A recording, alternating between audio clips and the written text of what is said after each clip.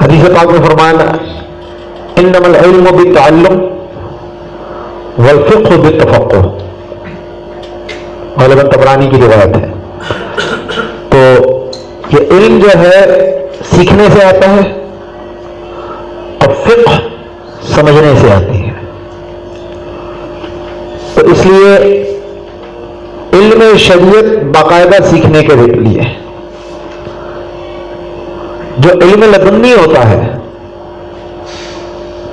آج کل یہ بھی ایک بڑا ہوا ہے نا کہ آتا جاتا کچھ نہیں ہے اور بھی علم لدنی کا ایک جھنڈا اٹھا کے گھوم رہے ہیں.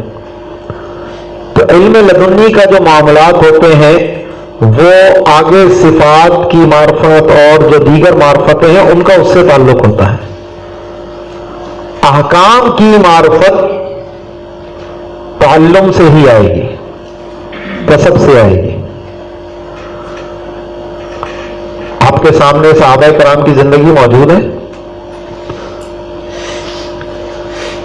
ان سے بڑھ کر تو اس امت میں افضل کوئی نہیں.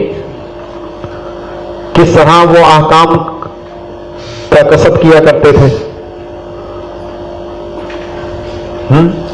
ڈیوٹیاں لگتی تھیں.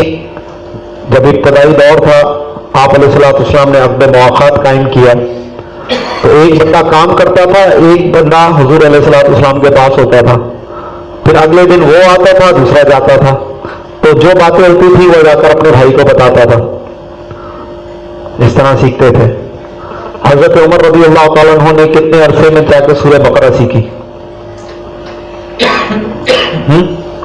حالانکہ عربی نہیں آتی تھی انہیں. کیا حضرت ابو ہریرہ، اصحاب صفہ پوری ایک جماعت تھی جو باقاعدہ علم کا کسب کرتی تھی. قرہ صحابہ کرام تھے. ٹھیک، علم کے اعتبار سے سارے تو برابر نہیں ہیں.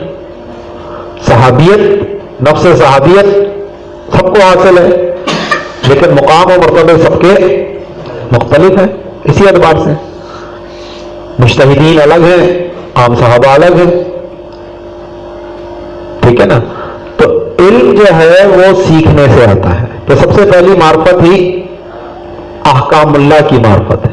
جس کو یہ نہیں ہے اگلی کوئی معرفت اس کو حاصل نہیں ہو سکتی. یہ بنیادی اصول ہے.